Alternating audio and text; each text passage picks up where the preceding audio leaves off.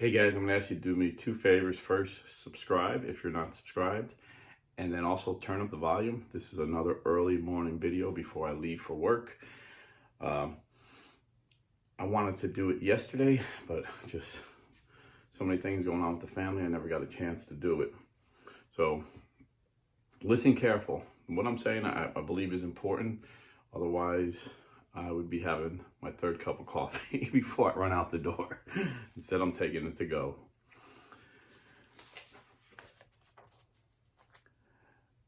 In my opinion, Tom Brady is the greatest quarterback in my lifetime. I don't worship Tom Brady, but I believe, on my observation, Tom Brady is the greatest quarterback in my lifetime. I believe that John Jones is the greatest MMA fighter in my lifetime. I don't worship John Jones, but from my observation, I believe John Jones is the greatest MMA fighter. I also believe Sugar Ray Leonard is probably the best middleweight boxer of my lifetime. I don't worship Sugar Ray Leonard, but I think he's the best middleweight boxing fighter in my lifetime. I believe realestateforlife.org is the best real estate company that I've ever seen. I don't worship realestateforlife.org, but I believe realestateforlife.org is the best real estate company in my lifetime, because realestateforlife.org is the most professional, most experienced, and the only pro-life company I know that sells houses and buys houses for people. In my opinion, Donald Trump is the best president in my lifetime. I don't worship Donald Trump, but in my opinion, I believe he's the best president that I've witnessed in my 59 years on this earth. I also believe Pope Francis is the best pope I've had in my lifetime that I was able to watch with my own two eyes. I don't worship Pope Francis, but I believe Pope Francis is the best pope, in my opinion, from my observation. Now, those who hate Pope Francis will accuse me of worshiping Pope Francis. Those who hate Donald Trump will accuse me of worshiping Donald Trump.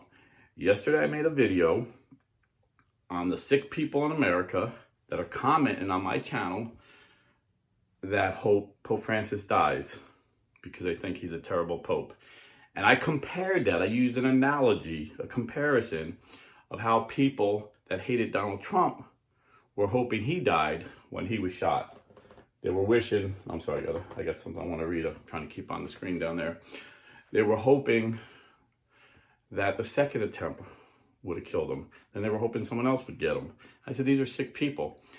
And then I went on to explain why I believe people hate Pope Francis and Donald Trump so much. These are the most hated people. And they're hated, Catholics hate Pope Francis. The Catholics that do hate Pope Francis hate him more than my Protestant brothers and sisters, because they really don't have a dog in the fight. They don't hate him. They just think all popes are antichrist. They don't think he's the only one. And not all Protestants. I have some Protestants on this channel that are very respectful and actually see the Christ-likeness in Pope Francis. But in general, I would say Protestant evangelicals mostly, not the traditional Protestants that are a little more educated in church history. And Americans, citizens, hate Donald Trump. If, half the country, the Democrats. So I was trying to explain, why is there so much hate? And my point is because both of these groups of people have been gaslighted. I said, people that believe the lie that Donald Trump is a racist believe it because you have the conspiracy queen, Rachel Maddow, put on her show, the clips of Donald Trump, at North Carolina rally saying, there's good people on both sides. And then she shows you the white supremacists yelling Nazi slogans. But she didn't take the full clip. You gotta watch Fox News to see the full clip of him saying these white supremacists need to be condemned. But there were also other people here, historians, that didn't want this statue to be taken down, and civil rights activists that wanted to take it down. And he was saying, there was good people on both sides. After he said there were bad people on both sides. And I said the same thing happens to Pope Francis. The conspiracy king of Catholics, Taylor Marshall, did a video once. Pope Francis says homosexuality is not a crime. And he had hundreds of thousands of hits and thousands of comments saying, how could Pope Francis not know it's a sin? And he never corrected him, because the full context of what Pope Francis said to the Associated Press that day was homosexuality is a sin. So his title should have said, Pope Francis said homosexuality is a sin, but not a crime. And the reason he said it's not a crime is because he was trying to convince these Muslim leaders to stop killing people they suspected were gay, which I think every Christian would support. You don't just kill someone because they're a sinner. Otherwise, we'd all be getting killed for our sins. So it was just an analogy. And then I got people telling me, oh, I worship Donald Trump. I got people telling me I need to keep my politics out of this. It wasn't a political video. You know, I had one person say you should make a separate channel for your politics. And I did. It's on Rumble. Blue Collar Catholic on Rumble. Just Rumble, you know, believes in freedom of speech, so I can say whatever I want, but it's not as good technically. It's harder for regular guys like me to navigate on Rumble, so it's hard to put up videos. It takes me days.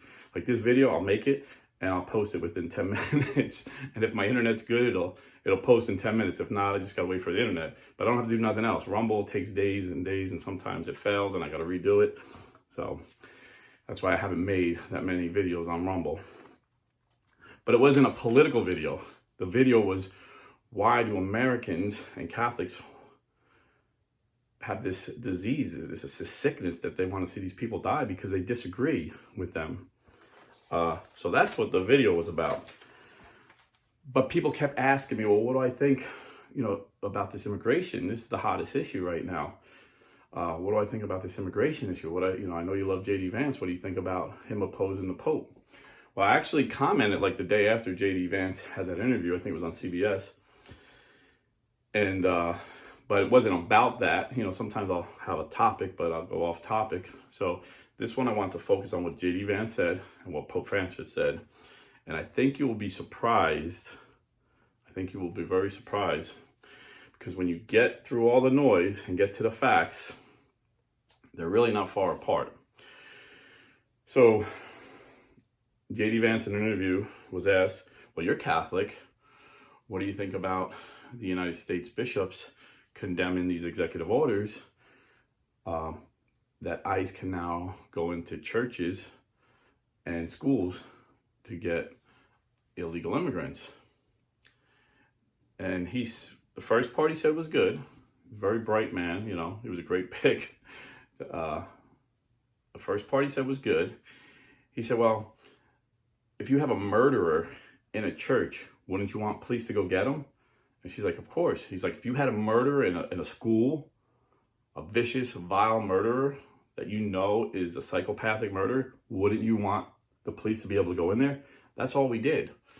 So basically, and it hasn't happened yet, despite rumors, it hasn't happened. If they know there's a killer who happens to be an illegal immigrant, ICE will go in with police. Up until this point, they weren't able to do that. So that's all that rule does. But then he went on, and he should have shut up, because then he went out of his lane, and he slandered our bishops, and he said, you know, these bishops got $100 million from Biden to help these illegal immigrants. I think they're more worried about the money. Now, number one, that's a lie, so that's slander. They did get $100 million from Biden, but it cost nearly $200 million because there were so many. They were overwhelmed. So the church. And to say the church does this for money is just an old Protestant lie. You know, the Catholic Church is all about money. Catholic Church is always, it's been our tradition, and I'm going to show you It's been our tradition. In fact, Pope Francis is in his letter that I'm going to read, this controversial letter to the bishops. I'm going to read it to you. Appeals to church tradition, you know. And the reason I brought up Trump and I focused on Trump being taken out of context so much is because the usual suspects who attack Pope Francis act like they're these conservative American, politically conservative, you know. The number one guy, Taylor Marshall, always attacking the Pope. He even backstabbed Donald Trump 2 years ago when it looked like Trump was a little shaky. He had a video and why Trump is, we can't vote for Trump, we got to vote for a Catholic. And then the next video, he said he was running for president. And now that Trump is more popular than ever, he's on the Trump train, all Trump, Trump, Trump. He's actually going to speak at Mar-a-Lago at some Catholic conference. So these guys are full of crap. They're not true conservative Republicans. But anyway, I don't want to make this a political video, but my point is I was appealing to those group of guys, not the gaslighters on YouTube that are grifting, making money off of this, but the people that listen and trust them. And they are true conservative people in America. And they're thinking, oh man, Pope Francis is this hardcore liberal, this socialist, and this is why they're hating him. So I was saying, you know the media lies about Trump because you can see it in real time how they take him out of context. I'm showing you how the media, the Catholic media, lies about Pope Francis and takes him out of context. That was why I brought Trump into the picture. It was an analogy. It wasn't a political video. It wasn't me worshiping Trump any more than I worship Tom Brady. In fact, I won't even go there. But so J.D. Vance was wrong in slandering the bishops. J.D. Vance was mistaken, and J.D. Vance has only been a Catholic for 2 years. So he still has that protesting attitude where you have no respect or for authority. You know, if you disagree with a pastor, you'll leave the church and go to, if you're in a Southern Baptist church, you disagree with the pastor of First Baptist, you'll go to Second Baptist. And then you decide, well, Baptist doctrine on cessationism is wrong, so you go to a Pentecostal church. And then if this pastor starts teaching something you don't like, you go to Reform. But Catholics, we are required to assent to the magisterium, the bishops, and the Pope. So when we disagree, we could respectfully say, I don't understand why they have this. I'm gonna look further into this, but you don't attack and lie. And I don't think he was purposely lying. I think he's heard all these lies from other Catholics that told him it's okay to slander the magisterium. And in the video I said, he's only been a Catholic like 2 years. But I really sense that him and Marco Rubio are becoming friends. And I think that would be an unstoppable ticket. These are two of the best public speakers, two of the best defenders of conservative values that I've ever seen in my lifetime. But I don't worship them. And Marco's been a Catholic for a pretty long time. So I'm confident Marco's going to disciple J.D. Vance in the faith. And because I've never heard Marco attack the Pope. If I'm wrong, please let me know. But I've never heard Marco say anything negative about our faith. So maybe Marco could educate him. Now, I'm going to get you to what the Pope said, but there was a bunch of rumors that I Googled, I researched, and it was wrong. One rumor is, the church wants to excommunicate people that disagree, that support Trump's policy. Every conspiracy theory has a grain of truth in it. So that comes from a statement the Archbishop in Detroit made in 2018 when Trump was president, that it's his opinion that people should be penalized, maybe even excommunicated for supporting these harsh deportation laws. This was 2018, Donald Trump's first term. But here's a reality check. This is going to surprise a lot of people. Not for the political nerds out there. Now, most political nerds like me knew that Obama's nickname was deporter-in-chief. No president, not one single president, deported more people than President Barack Obama. Barack Obama, in his term, deported 3.1 million illegal immigrants. His predecessor, George W. Bush, only deported 900,000. So more than 3 times as much. And then Donald Trump's first term, he didn't even surpass it. He only deported 2 million. So he deported 1 million more people than Trump, and over 2 million more than George W. Bush. But nobody's hair went on fire because, again, it's the rhetoric.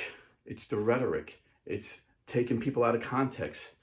And so, in fact, I just read something that I was surprised, and I'm going to have to do a little more research, but according to the Department of Homeland Security numbers and the Migration Policy Institute numbers,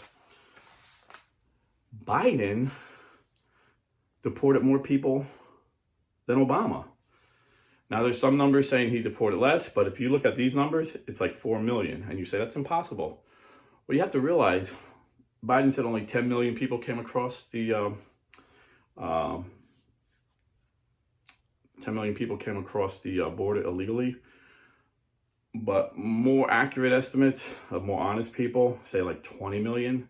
So even if it was 10 million, that's more than New Jersey, Wyoming, Wisconsin, all these states put together.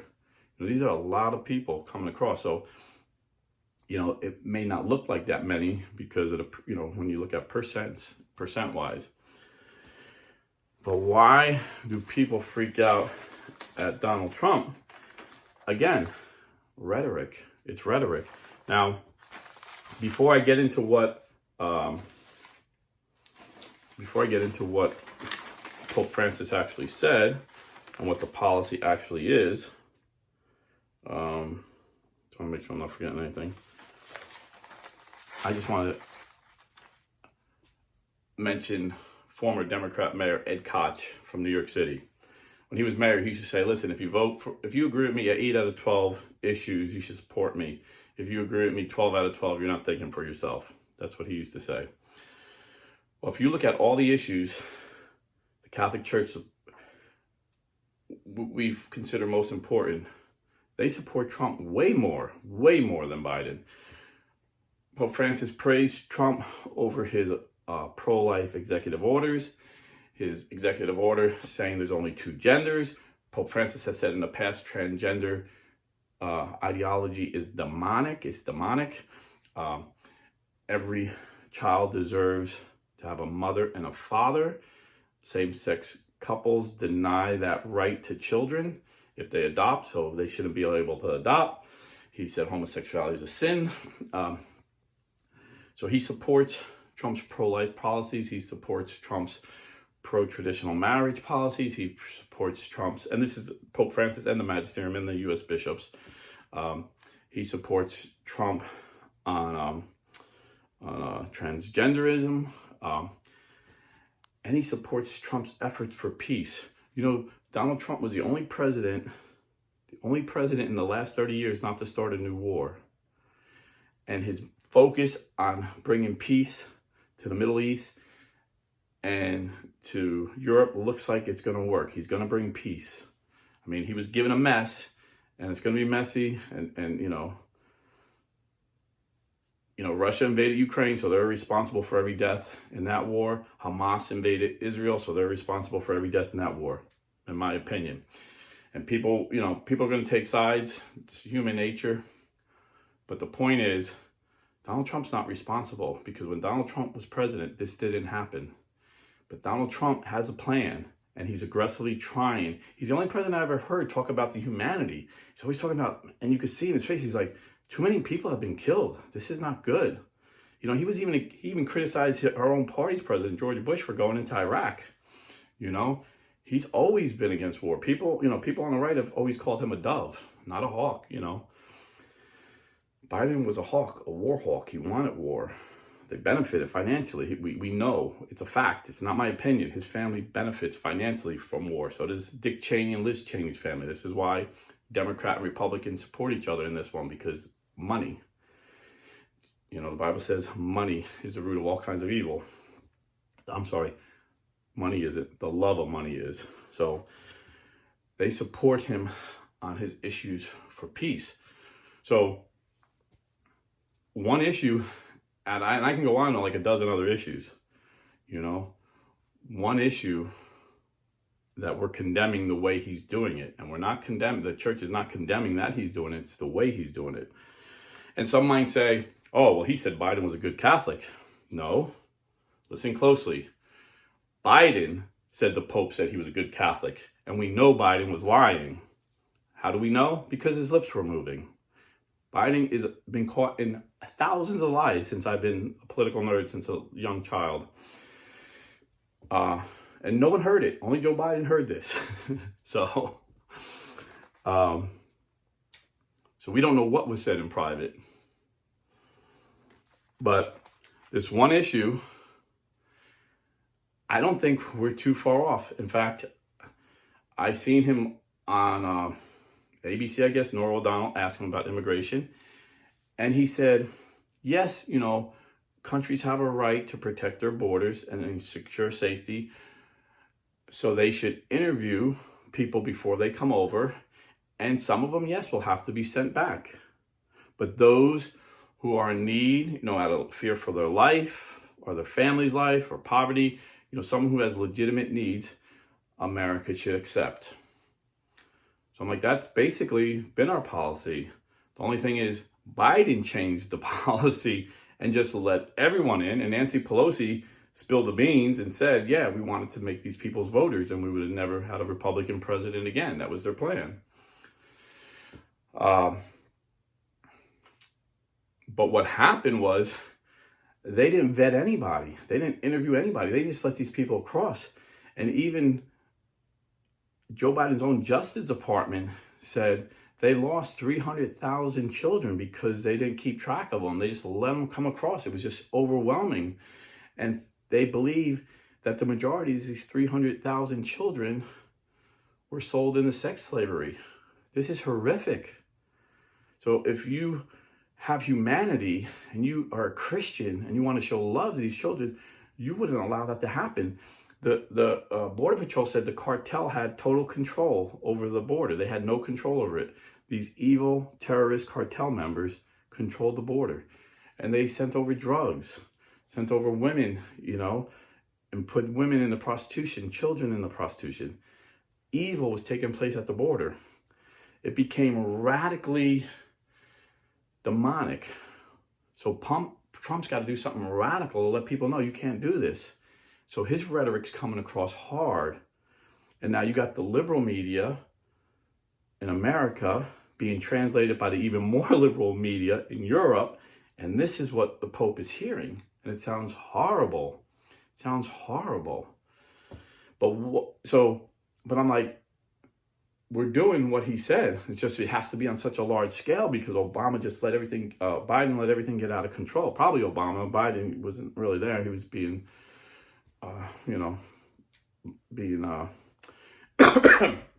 controlled like a puppet. I'm sure Obama was one of the guys holding the strings and his billionaire donors were the other ones. But it's just so out of control. It is just so out of control. And again, if you look at all the issues, you know, I mentioned, you know, pro-life, you know, everything the church really, you know, or social issues like pro-life, transgender and all that. But we also believe that we need to support the dignity of every person and help those in poverty. A fact, whether you like Trump or not, a fact is Trump lifted more people out of poverty than any other president. 7 million people were lifted from the poverty line because Trump increased jobs. We had record, the lowest unemployment in minorities, every minority, Black, Hispanic, Asian, women. So he lifted these people up by getting them jobs. And it was the first time in 30 years we had real wage growth amongst blue collars. That's why he won blue collars and Democrats lost blue collar guys like me. We actually had adjusted numbers for inflation, regular blue collar guys like me seeing our income increase by over 10% in the 4 years of Trump. That's never happened. Usually the rich get richer, the poor get poorer, and the blue collar guys pays everybody's bills. That's usually how it happens in this country. But not only that, he lowered our taxes, so the more money we got, the more we kept. And he lowered our gas prices, which means a lot to blue collar guys who drive pickup trucks. I was spending, with Biden, spending 100, I had luckily now I got a company vehicle I drive most of the time. But with Biden, my pickup truck was costing me $100 a week. I don't remember putting more than 50 a week in with Trump. This is real. And he's going to bring them down again. So on all the issues that the church cares about, Trump was a champion. Did he talk all Christian? Did he act all Christian? No. He talked like a tough New York businessman. And that rubs a lot of people the wrong way. But you have to look at the facts.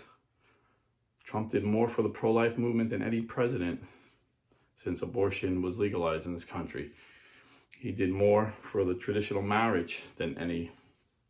He banned transgenders from entering the military. He banned transgender surgery from the military. The list goes on and on and on. It's just this one issue everyone's going to throw out and try to make the Pope look like a liberal. So let's see what Pope Francis actually said in this letter. And they're saying it was a response to J.D. Vance, but he didn't mention J.D. Vance's name. He didn't mention Donald Trump's name. He was talking to his bishops. And this is what he said to them. It's 10 paragraphs. I was just going to read like 4, 5, and 6. I think were the best, but I think I need to read it all. If you get bored, just come back to it later because it's important. So this is Pope Francis' letter to the United States bishops. Dear brothers in the episcopate, I'm writing today to address a few words to you in these delicate moments that you are living as pastors of the people of God who walk together in the United States of America. The journey from slavery to freedom that the people of Israel traveled, as narrated in the book of Exodus, invites us to look at the reality of our time, so clearly marked by the phenomenon of migration as a decisive moment in history to reaffirm not only our faith in God, who is always close, incarnate, migrant, and refugee, but also the infinite and transcendent dignity of every human person. So these Catholics who hate Pope Francis always want to claim that he's straying away from tradition, that he's somehow this liberal. There's nothing goes back further than tradition than the book of Exodus in the Old Testament. So he's going way back in our tradition. These words with which I begin are not an artificial construct, even a cursory examination of the church's social doctrine empathetically. So this is nothing new. What Pope Francis is saying is not new in the church. And he's reminding his bishops. He's talking to his bishops, remember this. Empathetically shows that Jesus Christ is a true Emmanuel. He did not live apart from the difficult experience of being expelled from his own land because of an imminent risk to his life, and from the experience of having to take refuge in a society and a culture foreign to his own. The Son of God, in becoming man, also chose to live the drama of immigration. So now he's showing the continuity of the church from the Old Testament to the Gospels in the New Testament. This is church tradition he's showing us. I like to recall, among other things, the words with which Pope Pius XII, again, continuity. Pope Pius XII was before Vatican II. These people that hate the Pope really hate Vatican II. So any Pope after that, they always call liberal, including saints. I like to recall, among other things, the word which Pope Pius XII began his apostolic constitution on the care of migrants, which is considered the Magna Carta of the Church's thinking on migration. The family of Nazareth in exile, so this is Pope Pius XII. The family of Nazareth in exile, Jesus, Mary, and Joseph, immigrants in Egypt and refugees there to escape the wrath of an ungodly king, are the model, the example, and the consolation of immigrants and pilgrims of every age and country, of all refugees of every condition who, beset by persecution or necessity, are forced to leave their homeland, beloved family and dear friends for foreign lands. Likewise, Jesus Christ, loving everyone with a universal love, educates us in the permanent recognition of the dignity of every human being, without exception. In fact, when we speak of infinite and transcendent dignity, we wish to emphasize that the most decisive value possessed by the human person surpasses and sustains every other judicial consideration that can be made to regulate life in society. Thus, all the Christian faithful and people of goodwill are called upon to consider the legitimacy of norms and public policies in the light of the dignity of the person and his or her fundamental rights, not vice versa. I have followed closely. So these next three were, I think, is the meat of it. I have followed closely the major crisis that has taken place in the United States with the initiation of a program of mass deportation. The rightly formed conscience cannot fail to make a critical judgment and express its disagreement with any measure that tacitly or explicitly identifies the illegal status of some migrants with criminality. At the same time, one must recognize the right of a nation. Listen very carefully, Pope Francis's words. At the same time, one must recognize the right of a nation to defend itself and keep communities safe from those who have committed violent or serious crimes while in the country or prior to their arrival. Right now, Trump said, we are going after violent criminals that were criminals before they came to this country and criminals that committed violent crimes after. This is the focus right now. So our policy is in line with what the Pope is saying here. At the same time, one must recognize the nation's right to defend it. That said, the act of deporting people in many cases, not in all, in many cases, have left their own land for reasons of extreme poverty, insecurity, exploitation, persecution, or serious deterioration of the environment, damages the dignity of many men and women and of entire families, and places them in a state of particular vulnerability and defenselessness. And again, America has this policy where if you're not a violent criminal and you come across, we will interview you. There's called asylum. And we've taken more refugees through our asylum program than any country in the world. And now this is people coming across illegally getting caught, and then they claim asylum.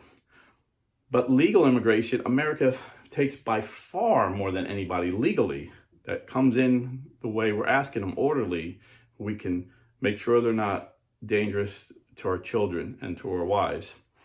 We take in more than any country in the world. So all Pope Francis is saying here is, some people need to go back. They're dangerous. But if some people, you send them back and you're putting them in a vulnerable spot of getting killed, this is not humane. And he's right. This is Christian teaching to protect the innocent. However, this development cannot come about. Oh, wait a minute.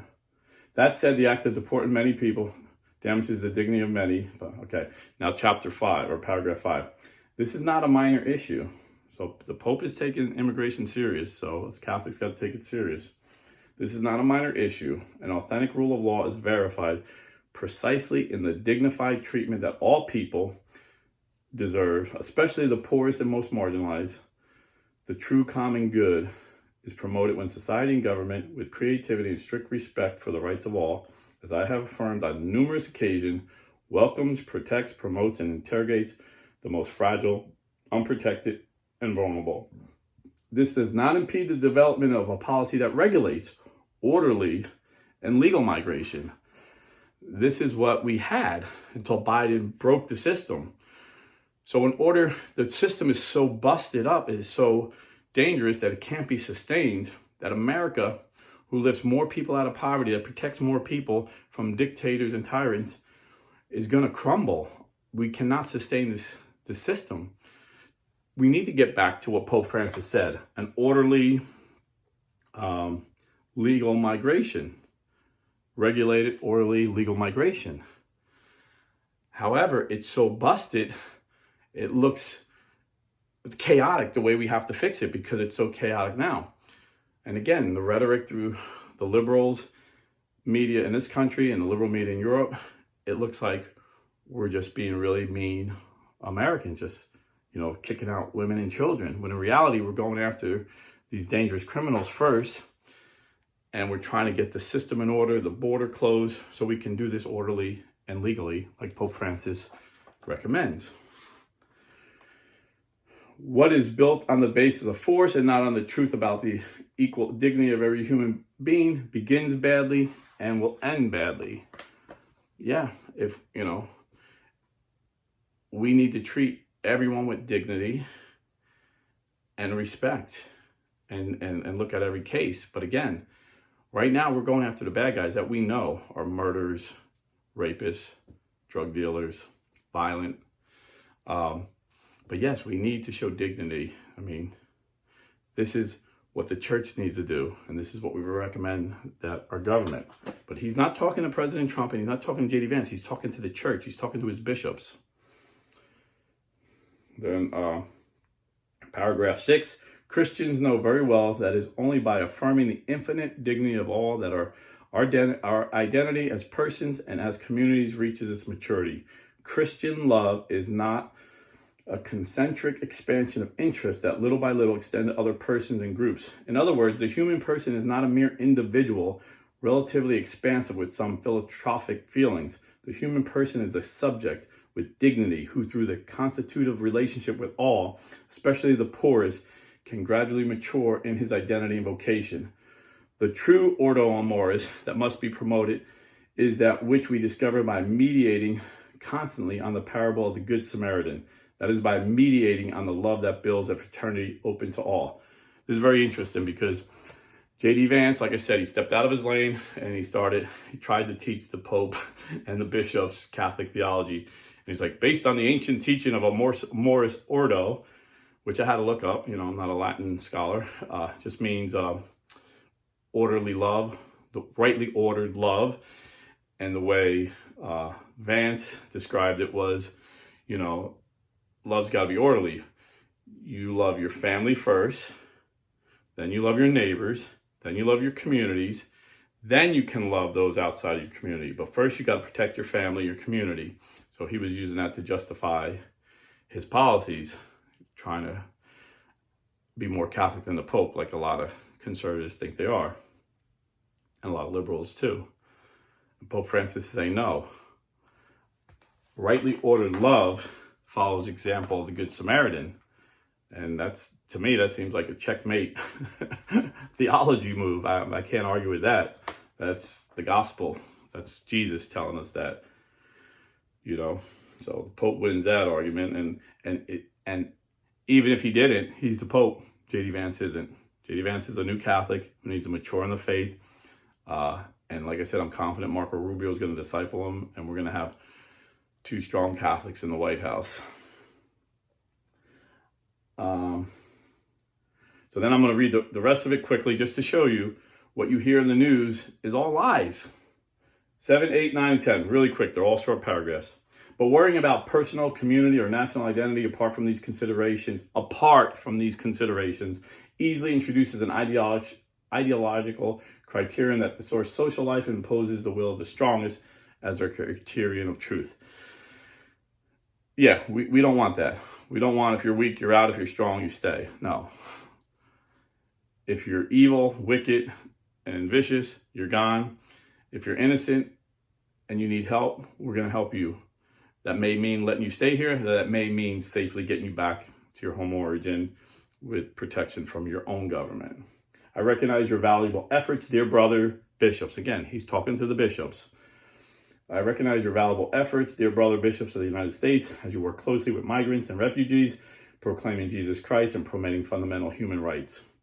God will richly reward all that you do for the protection and defense of those who are considered less valuable, less important, or less human. I exhort all the faithful of the Catholic Church and all men and women of goodwill not to give to narratives that discriminate against and cause unnecessary suffering to our migrant and refugee brothers and sisters.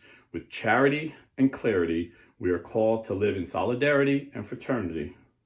Went along like kind of rhymey.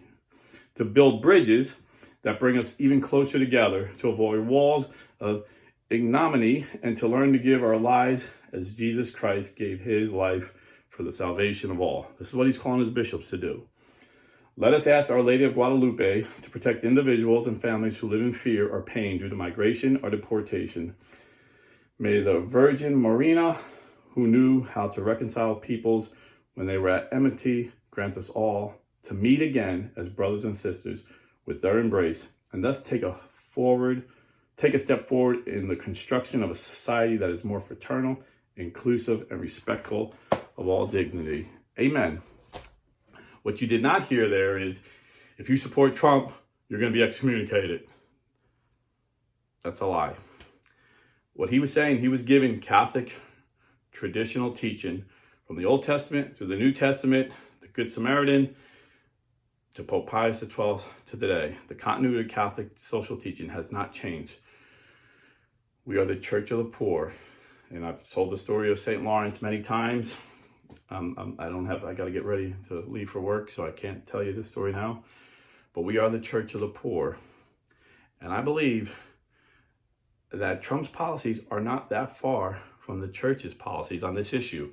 Every other issue, we're right on mark, Not perfect, no president's going to follow the Catholic Church teachings 100%. But I believe Donald Trump is following them way more than any of his predecessors, including Republicans, and especially Joe Biden. So what would be my opinion, being a political nerd who loves Donald Trump and being a Catholic who loves Pope Francis? These men need to talk. And, J.D. Vance is brilliant, great speaker, but he's very combative. He's used to, and when you talk to American media, you gotta be usually, because they're coming at you. They're leftists. They're just the propaganda wing of the Democrat Party. So you gotta be able to fight back, and no one does it better than J.D. Vance. But Marco Rubio, being Secretary of State, would be the perfect guy to talk to him, because Marco Rubio understands Catholic teaching, and he understands Trump's reasoning. So Marco Rubio could get a meeting with Pope Francis and explain what we're trying to accomplish, and Pope Francis could tell him as a Catholic what the church would like. I think the church could help our country with these migrants. I really do. And I believe the Pope would better understand Trump's thinking, because Trump is very combative too, because no one, J.D. Vance got attacked, but no one's ever gotten attacked as much as Trump. So he's very defensive too and combative. So his rhetoric sounds worse to the church than it sounds like what he's doing is really mean, when he's just trying to get to where Pope Francis said, an orderly, legal system of migration. We're a country of migrants. Donald Trump is married to an immigrant. I'm sure his parents were immigrants, like my grandparents were immigrants. We just want people to come here legally. And, Florida, we have a lot of illegal migrants. And I'm telling you, I've said it before, there is nobody that can outwork a Mexican man who comes across this border. I have a son in construction, and he said they are the hardest workers. And my son's, he's a wrestler, jiu-jitsu guy. He's used to working hard. And he's like, you're not going to outwork these guys. They're honorable. They're honest. They're some of the best people I've met. Most of them are Catholic. But when you don't vet them legally, you're getting a bunch of bad people with them. And because Biden opened the border, these countries were like literally letting their prisoners come across because they knew they can come across. The cartel was literally running the border. So it's a mess, and sometimes, just like the government's the mess with corruption, so Trump's got to do a lot of stuff that looks crazy. He's got to disrupt it. We voted him and disrupted to change the system of corruption, government corruption, where people are just getting rich off of blue collar guys like me paying taxes, and the same thing on the border. 300,000 children were put into sex slavery because Biden allowed this open border. We got to fix this problem. We got to find these people. And it's going to look messy, you know? It's a war. And war, unfortunately, has collateral damage. You know, innocent people get hurt. Innocent people die. It's not good. But this is not Trump's fault. This is Biden's fault for allowing this for nefarious reasons. He didn't allow migrants in because he cared about them. He allowed them in for the vote. Nancy Pelosi told us that. You know, he allowed Russia to invade Ukraine for the money. We know this. This is easily proven. So there you have it. That's my take on J.D. Vance, Pope Francis, the Magisterium, Donald Trump. And as always, I could be wrong. You know, my priest, who I highly respect, very intellectual man, Father Derek, but more importantly, a very spiritual man, very spiritual father, is going to give a talk on immigration in a couple weeks. And I may learn, I'm sure I'm going to learn a lot more than I already know. And I may learn that I'm wrong. But right now, this is how I see it. You know, this is a blue-collar perspective. I just look at the facts. What did Pope Francis say? Not what people say Pope Francis said. What did Donald Trump do? Not what people say Donald Trump did.